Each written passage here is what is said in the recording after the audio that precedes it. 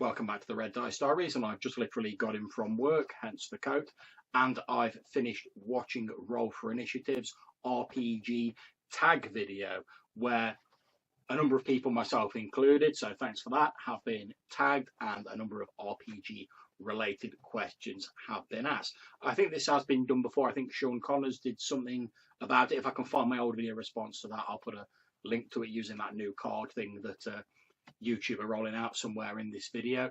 But let's crack on with the questions that Roll for Initiative asked. Now, a lot of the questions relate to best characters, best roles, etc. Now, you'll have to forgive me with this. I'm probably going to focus mostly on recent stuff in my gaming history, partly because I've got a terrible memory, and also because I tend to prefer not to look back on previous characters. I tend to prefer to look forward to the next character that I think I can make that can be even better, or at least just as good as the previous ones. So without further ado, on to the questions. Question one: what was the first system you've played in?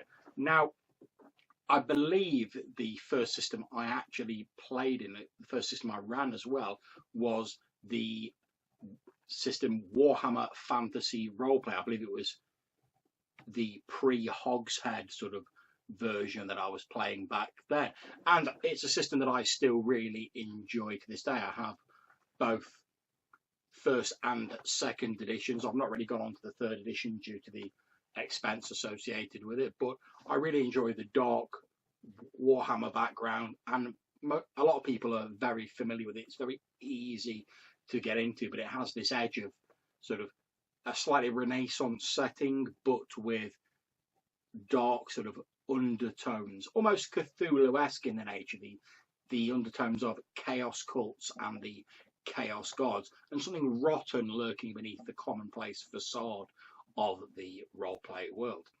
2.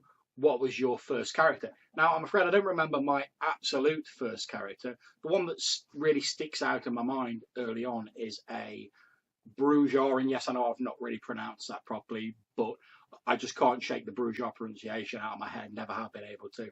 A Brujar anti-tribu in a Mind's Eye Theatre or live action Vampire the Masquerade session that a friend ran, and it was the first experience with live action that I'd had, and I didn't really know what I was doing. I can't really recall the character's name, but because I didn't know what I was doing, I basically just grabbed a load of random traits, merits, flaws, etc., banged them down on a piece of paper because I wanted to get into the game really quickly, and then jumped in, only to realise later on that all the flaws I'd taken effectively barred me from using the massive social traits that I'd purchased with the character.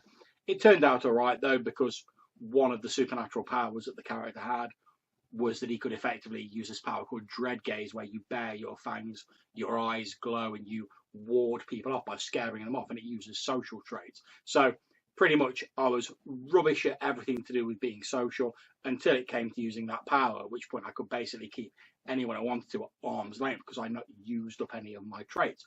And I really enjoyed it because it was my first experience of actually playing Vampire, and as a sort of random grab bag character, it worked surprisingly well, and the character lasted for quite some time in the Sabbat Chronicle that I was playing him in. My current favourite system for question 3, I'm sure it'll come as no surprise to anyone, is the Fate system. I very much enjoy the accent on storytelling and the shared narrative, along with a very simple to use system and quick method of character creation. Question 4, what was your favourite character that you have played?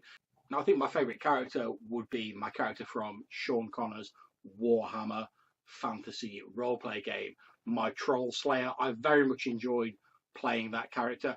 Always love a dwarf, always love a Troll Slayer, love Warhammer Fantasy roleplay, as I've said.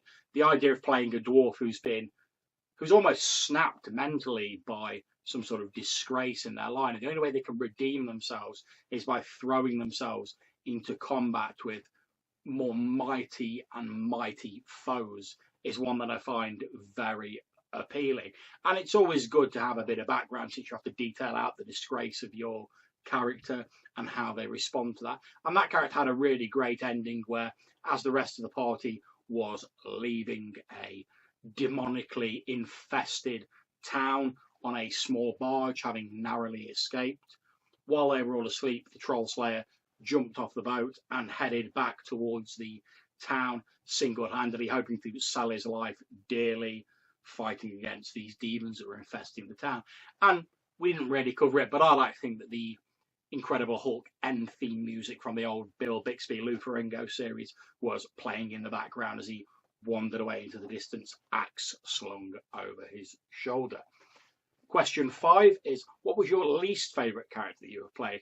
Well, to be honest, this is quite a difficult one for me to answer. I don't really have any characters that I've played that I didn't enjoy or that I didn't like. There's characters I played where I wish the game had maybe been a bit better. I wish things had gone a little differently with them.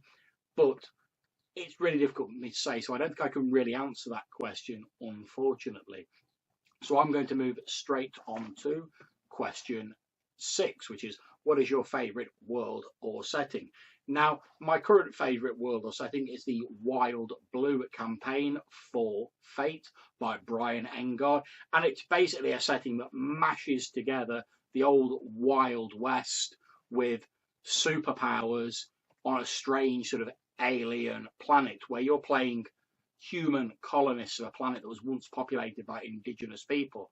After these colonists have arrived, they push the indigenous people, these fairy-like creatures they call the folk, out onto the fringes in an analogue of what happened in the Wild West with indigenous people. However, due to arriving on this strange planet and soaking up the ambient magical energies, eventually people start being born with these strange powers. And since normal law enforcement can't cope, an organisation called the Wardens is created by the Queen of the human civilization in order to police these people. And you play these people with these powers. You are the law. So it even rolls a bit of Judge Dredd in there. It effectively takes all of my favourite tropes of settings, mashes them together into a big ball, and produces something that is, I feel, strangely unique, given that it pulls inspiration from loads of different places, but it's also very fun and very easy to play and really showcases off the strengths of the system, in my view. On to question number 7, which is, what is your favourite dice? Now, I don't have a particular favourite dice. I'm sure it'll come as no surprise to know that my favourite dice are Fate dice. After all, my YouTube channel is called The Red Dice Diaries. My logo is a red Fate dice. There you have it. What can I say?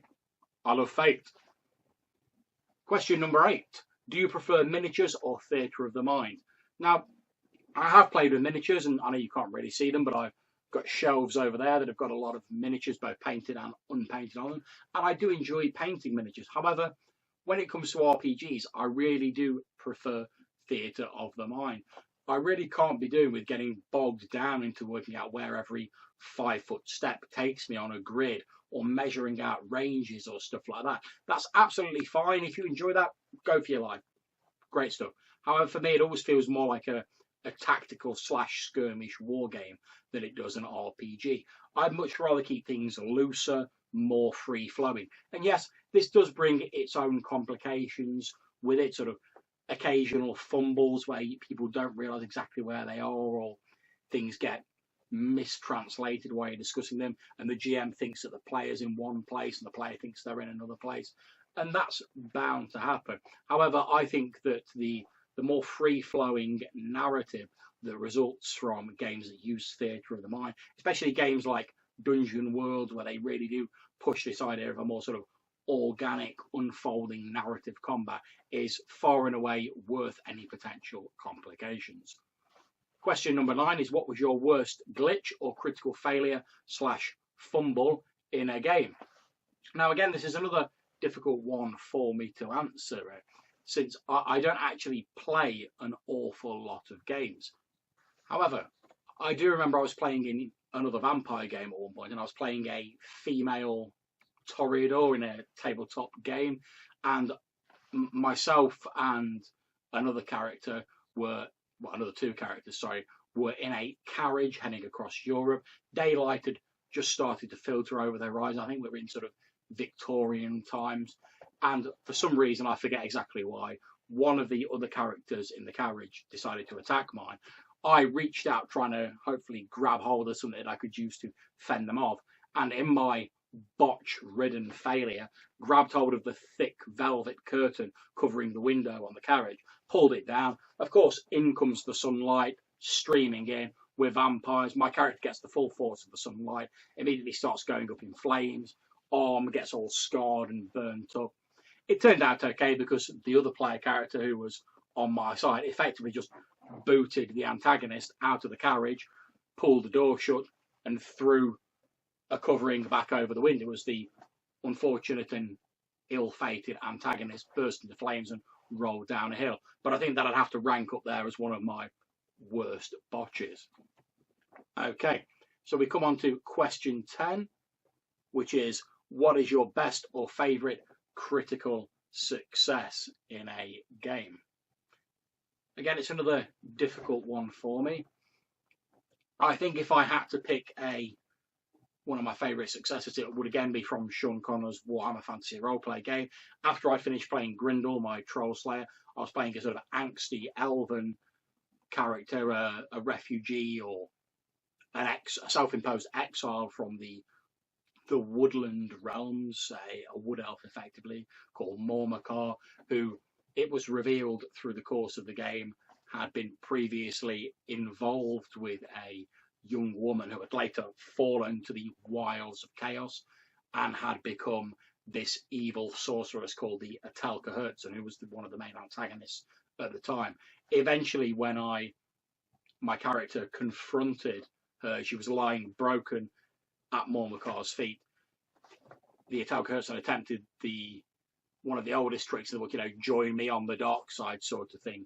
And the character, having brought her low, considered it for a few moments before eventually plunging a sword into her chest, although it broke his heart to do so, since that was someone that he'd been intimate with in the past. However, it was a very powerful role-play moment for me, and one that I very much enjoyed. And that final sort of role to dispatch the Atelka Herzen and all of the role-play that went with that probably makes it one of my favourite successes in a game.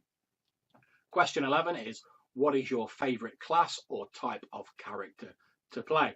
Well, I don't really have a favourite class. I try and vary it as much as possible. However, I do enjoy the spellcasting classes if I'm familiar with the game system that's being used, and I certainly do enjoy the Warlock class in the more recent versions of 3.5 Pathfinder, 5th Ed, etc., etc. Since I find the idea of people who've bargained with these strange entities for powers quite a compelling one. It lends itself quite easily to creating some interesting backstory.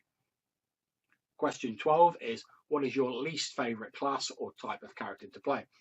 I find that my least favourite class are probably the more traditional combat classes, such as fighter, etc., since I don't actually find combat in like a standard D&D style game that interesting. Especially, it can be, don't get me wrong, if a lot of description is used and a lot of narrative is used. However, in too many games I've played, it's just bogged down into a never-ending stream of dice rolls, and I don't really find that particularly compelling. However, if I had to pick a least favourite class, it would probably be the monk class. I've done a video on this before about how I don't think it really fits into most D&D games. However, for me, I'm just not a big fan of the supernaturally empowered monk as represented in D&D. Some people like it, and that's fair enough. If you love monks, go for your life. However, it just doesn't appeal to me, to be honest. Okay, question 13 is, what is one system or setting that you've never played in but want to? Okay, now I have played in a little bit of it, but I would say that a system or setting that I've not really played in much, but I would love to play in more, is the Call of Cthulhu system, or even the Trail of Cthulhu system by Pelgrane Press, since I'm very much a fan of the mythos, including all of H.P. Lovecraft's original writings and the various spin-offs and add-ons to that mythos that have been created over time. But I've just never really had much of an opportunity to play in that sort of game. Also, the World of Darkness. I've run plenty of World of Darkness over the years. However, the actual amount of what I consider to be decent games that I've played in using the World of Darkness has been fairly minimal. Question 14 is, if you're going to create yourself as a character, what would your class be? Now, if I was going to give a glib answer here, I'd say that I wouldn't create myself as a character, since I'm really not a fan of games where people play themselves or entirely normal people. So, since as far as I'm concerned, roleplay is escapism. I am myself 24 hours a day, 7 days a week. So when I'm in a role-play game, I want to play something outside of my ordinary experience, something that's a bit of a challenge to role-play, something that's a step away from the norm, I suppose you could say. And I know people will say, well, you can always play yourself in different circumstances, like if you're playing yourself in the middle of a zombie apocalypse or something. But I'd argue that, well, since I have no idea how I'd actually behave in that sort of situation, I'm not really playing myself anyway, so I may as well actually play someone entirely different. Although, to be fair, a zombie apocalypse is one of the sorts of games where I can see the appeal of playing a normal person, since survival and being a normal person without any special skills is effectively part of that genre. If I was going to create myself as a character, I think I'd probably go for some sort of bard style class, and that's not because I have any ability at singing or playing a musical instrument. I really don't, and I'm sure anyone who's ever heard me sing, and anyone who's about to hear me sing, possibly at the UK Games Expo, depending on how much I have to drink, will attest to the fact that I could not carry a tune if I had a giant bucket in my hands. However, bards do tend to get a lot of skills, and they tend to be very diplomatic, and I like to think of myself as a fairly diplomatic and social person, so that'd probably be the class I'd go for. And we round off with question 15, which is, who are you going to tag? Now, as I say, I've just literally got back from work and started recording this, so I don't know who I'm going to tag yet, but as soon as I do, I will put links to those people down below and will tag them in this video. So I think Roll for Initiative's video was a great idea. I'm a big fan of anything that spurs more interaction between different channels and gets the YouTube RPG community to know each other a little bit better. So thanks very much for tagging me in. Roll for Initiative. I will post a link to your original video down below. I hope you've enjoyed this video. You'll consider clicking on like and subscribe by clicking on the red dice up there. If you have any comments, put them in the box down below, or as always, hit me up in the Google Plus links. Until I see you in my next video, take care, thanks for watching, and happy gaming.